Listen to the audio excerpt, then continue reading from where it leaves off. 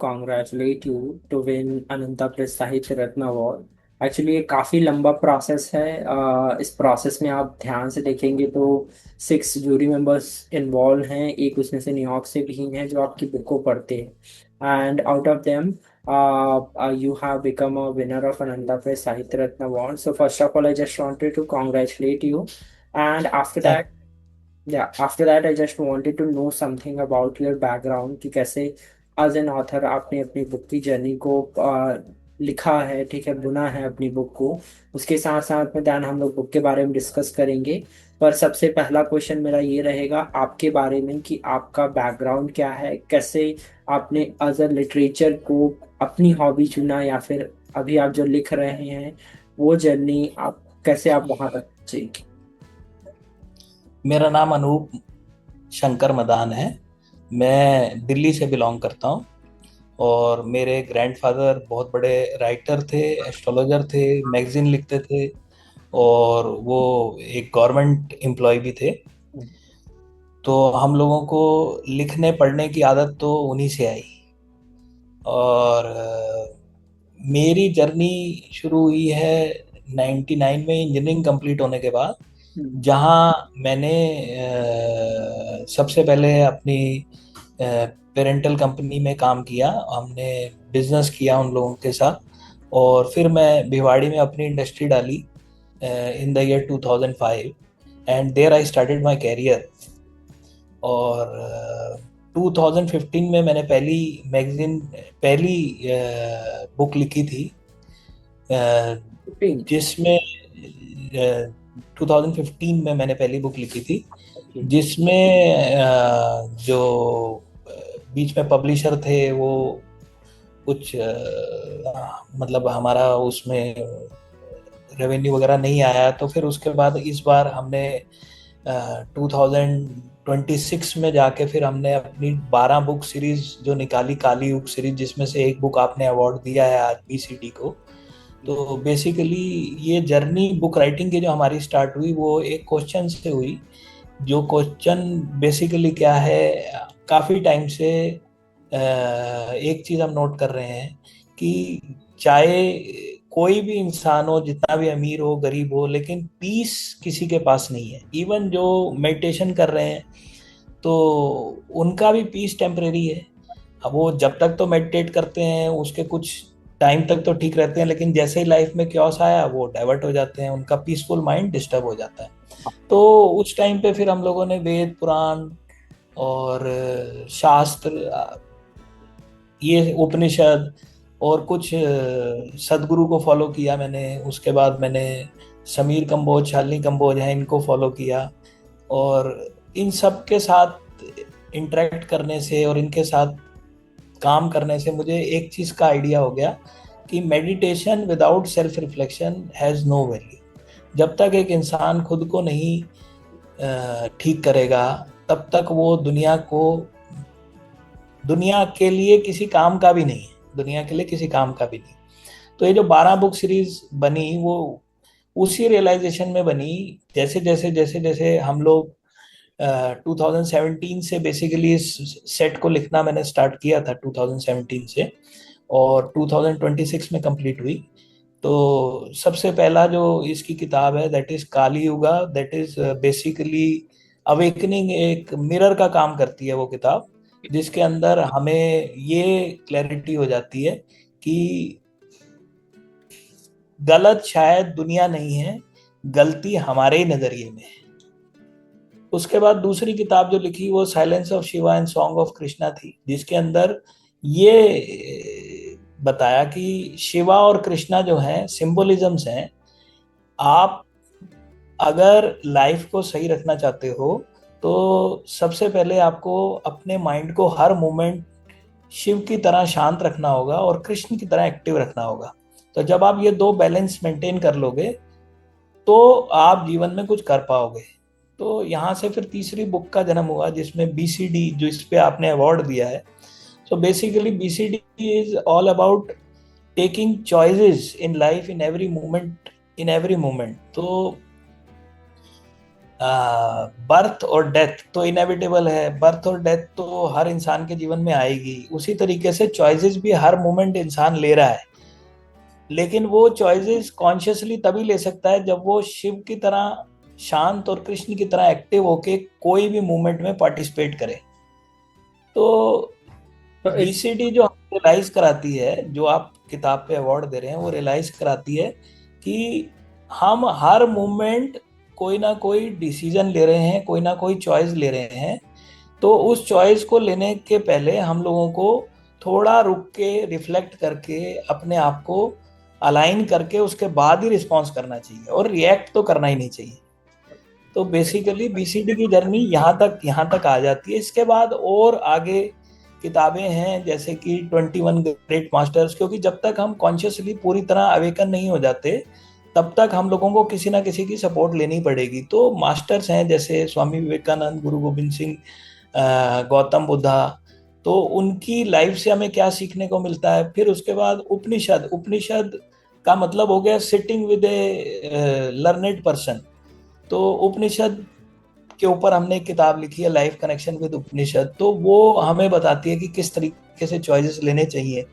तो चॉइस लेना है, ले रहे हैं, इसकी अवेयरनेस इस किताब में है जिसके ऊपर आप आज अवार्ड दे रहे हैं।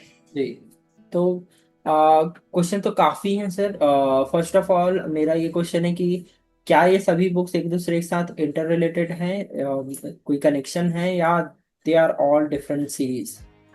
See, you can go with any book, but all around you need to follow all the 12 books. Okay. 12 books जो है वो 12 पिलर्स हैं आपकी लाइफ के लिए। सबसे पहले अगर आप जागरूक नहीं हैं, आप शांत नहीं हैं, आप चॉइस लेना नहीं आता, तो ये बेसिकली स्टेप बाय स्टेप आपका अवेकनिंग टू कॉन्शियसनेस की जर्नी है। तो हम इसको कहीं से शुरू कर सकते हैं और कहीं खत्म कर सकते हैं, लेकिन करनी तो सारी पड़ेगी। ओके। सो जो ये ऑल 12 बुक्स पब्लिश्ड की अभी और बुक पब्लिश होने वाली हैं? नहीं नहीं, all 12 books are very well available on Amazon and Flipkart. अच्छा, ठीक है। तो अभी तो हमारे पास आपकी ये बुक है, and this book become winner of Anant Sahitya Ratna award. सो ये बुक के बारे में आज हम लोग पर्टिकुलरली डिस्कस करने वाले हैं। सबसे पहले तो आपने जो बोला कि the silence of Shiva and the song of Krishna. Song of Krishna, जो आपने बुक बोला, that is also can be able to, I can see बहुत images in this poster as well. So सबसे पहले क्या ये बुक भी जो आपकी सेकंड बुक है उसका एक रिफ्लेक्शन है कि उसी का नेक्स्ट पार्ट है, या फिर अगर कोई इसको सेपरेट पढ़ना चाहता है तो क्या इसको सेपरेटली भी पढ़ सकता है? बिल्कुल पढ़ सकता है, ओके। बिल्कुल पढ़ सकता है। और ये सब बुक्स आपस में जुड़ी हुई हैं, लेकिन इनको सेपरेटली पढ़ी जा सकती हैं। ओके, सेपरेट भी। अगर उसके बाद जैसे मान लीजिए आप पढ़ रहे हैं, आपको लगता है कि आपको शिव के बारे में, उसके वो साइलेंस को अटेन करने के लिए क्या करना है, तो एक स्टेप पीछे जाना होगा और हमें वो बुक भी पढ़नी पड़ेगी। ओके। और इज दिस एनी क्रोनोलॉजी की, कोई क्रोनोलॉजी है उसके हिसाब से हमको पढ़नी पड़ेगी, या फिर अगर कोई सभी 12 बुक्स को एक साथ पढ़ना चाहता है तो उसको एक क्रोनोलॉजिकल ऑर्डर फॉलो? शुरू तो देखो वन से ही होना चाहिए, क्योंकि सबसे पहले तो अवेकनिंग ही नहीं होगी तो हम कॉन्शियस होंगे कैसे। Practically if you want ask me, तो the very first book is Kali Yuga, और मेरे हिसाब से उससे ही स्टार्ट करना चाहिए और उसके बाद यहाँ तक आना चाहिए। Okay. And I can also able to see, मैं आपको सभी को दिखा भी देता हूँ कि अगर कोई बुक को पढ़ना चाहता है क्रोनोलॉजिकल ऑर्डर में, तो सर ने पूरे chronological and just this is the book, book number 3 return. तो I think as I expect कि आपने अपने सभी बुक्स में क्रोनोलॉजी को डिफाइन किया है। मेंटेन किया हुआ। That is great then. Sir, that now the concept of the designing, I just wanted to know about that कि जो आपका फ्रंट कवर का जो डिजाइनिंग है और भी जो आपके सभी बुक्स हैं वो आपने काफ़ी यूनिक तरीके से डिज़ाइन करवाए हैं, ठीक है।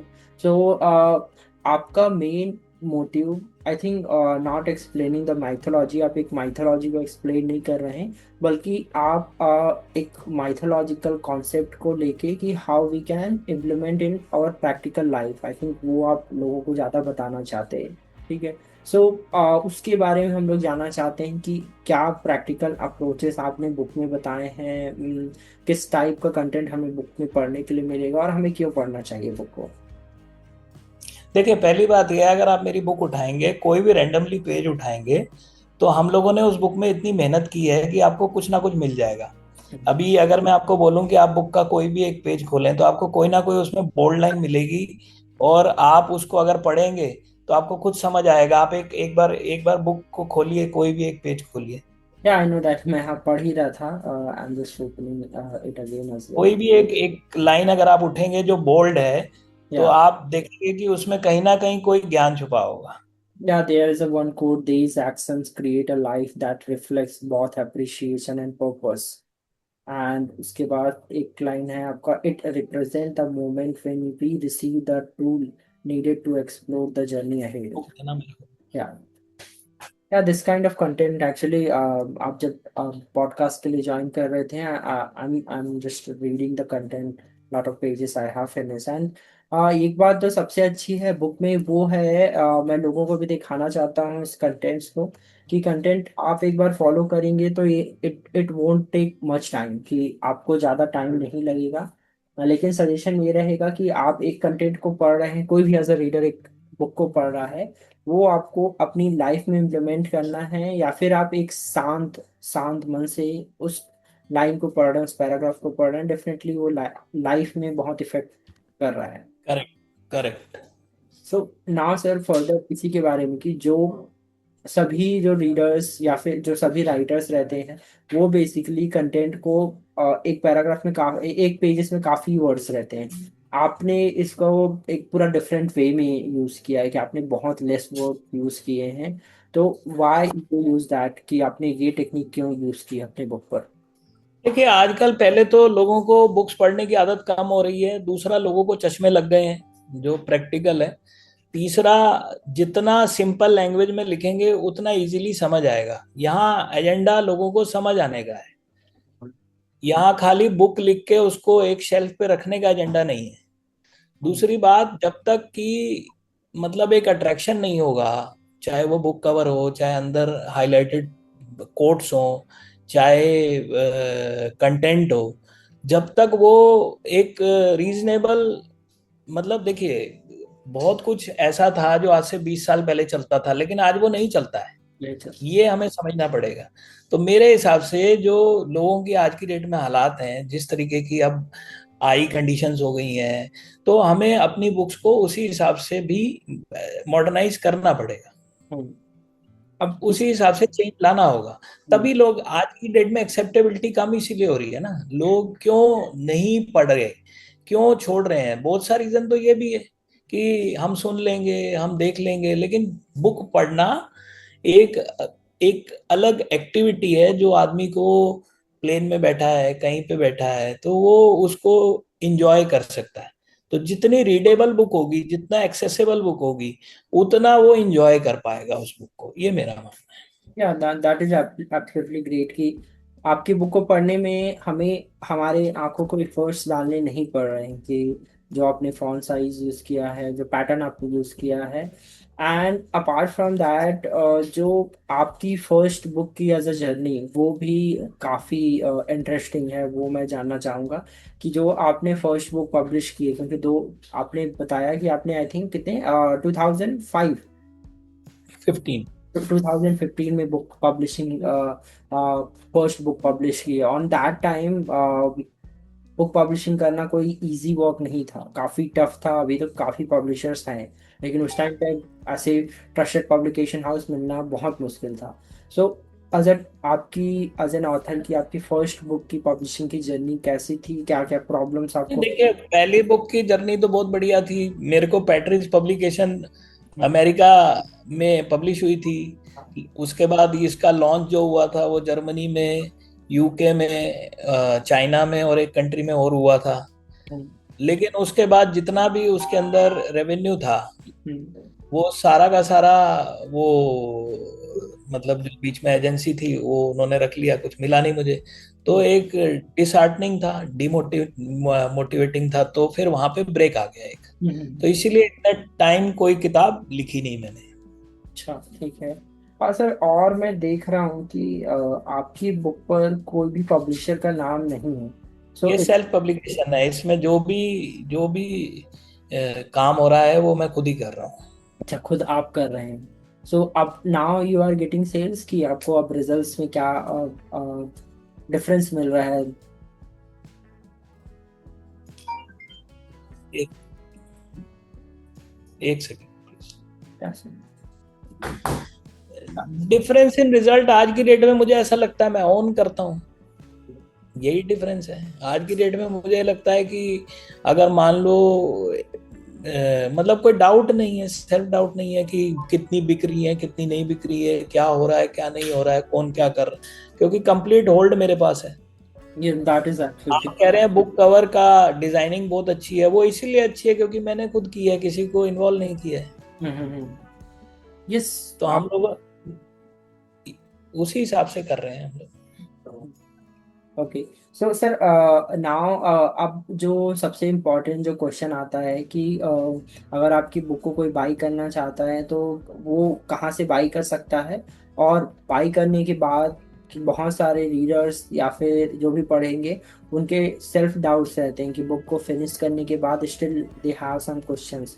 सो अगर आपसे वो डायरेक्टली कनेक्ट होने चाहते हैं बुक को पढ़ने के बाद, then how they can able to connect with you? पहली बात, मेरी जो बुक है वो अमेजोन और फ्लिपकार्ट पे अवेलेबल है। दूसरा, अगर आप बुक का लास्ट पेज उठाएंगे तो एक सेकेंड, ये closing of the book 185 page, उसके अंदर मेरी मेल आईडी ऑलरेडी सब बुक्स में है। हाँ, यस यस, आई कैन। तो मेरे से कोई भी कनेक्ट कर सकता है। हाँ हाँ, ये और अभी अभी हाँ, जो बुक के आपने पेजेस क्वालिटी भी काफ़ी अच्छे लगे हैं, जो रीडर्स फ्रेंडली हैं, आई फ्रेंडली भी है। ठीक है।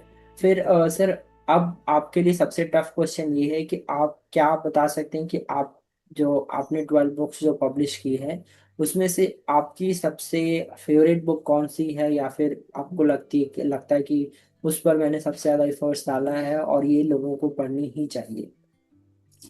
देखो पहली बात ये, मतलब 12 बुक्स मेरी जो है वो मेरे 12 बच्चों की तरह है, तो मैं दोनों में डिफरेंशिएशन तो कर ही नहीं सकता। लेकिन एफर्ट ज्यादा जो मेरा लगा वो लाइफ कनेक्शन इन उपनिषद में लगा, ऑफ कोर्स, क्योंकि उसके अंदर मोर देन 800 पेजेस है। Okay okay, that's great. तो उसमें मेरा एफर्ट सबसे ज्यादा लगा। और जो मेरी मोस्ट फेवरेट, अगर मान लीजिए आप ये बोलते हैं कि जिस बुक को लिखने में मुझे बहुत मजा आया, वो दो बुक्स हैं। पहली बल्कि तीन है। पहली है silence of Shiva and song of Krishna. दूसरी 12 फ्लेम ऑफ शिवा, जो ज्योतिर्लिंग के ऊपर है, उनसे क्या सिंबोलिज्म लिया जाए।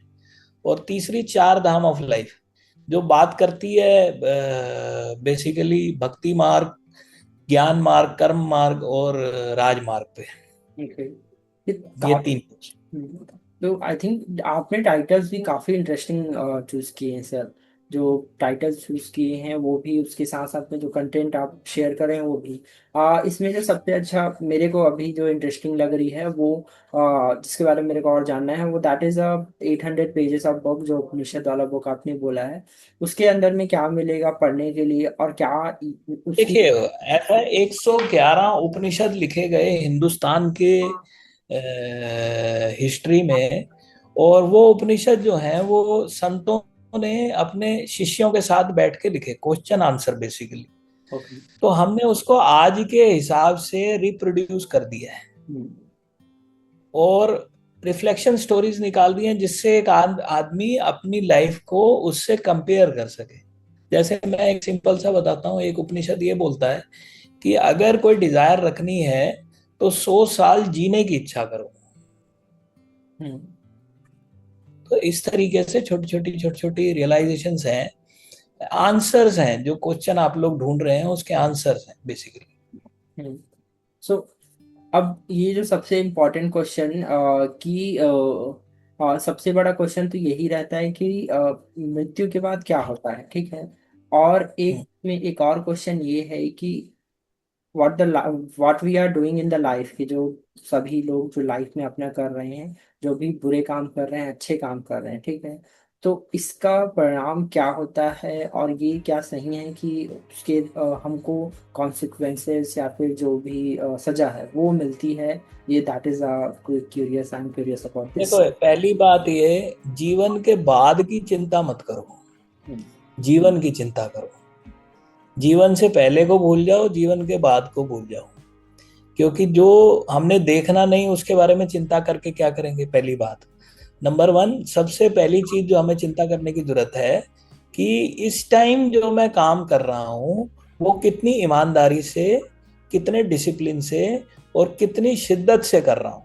आपने मुझे बोला कि मैं आपको आपका पॉडकास्ट करूंगा, तो आपने मेरे पॉडकास्ट को किस तरीके से करा और उसके लिए क्या एफर्ट डाला, और यहाँ तक आने के लिए क्या तैयारी थी, और इसके बाद क्या तैयारी करोगे। तो एक छोटा सा एग्जांपल है, तो हम कोई भी काम कॉन्शियसली करें और उस टाइम सारी डिस्ट्रैक्शंस को छोड़ के करें। ओके। आप खाना खा रहे हैं, आप मोबाइल पे बात कर रहे हैं, तो मेरे हिसाब से वो प्योर नॉनसेंस है। हम्म। आप खाना खाएं और उसके अंदर अपने पूरे पूरे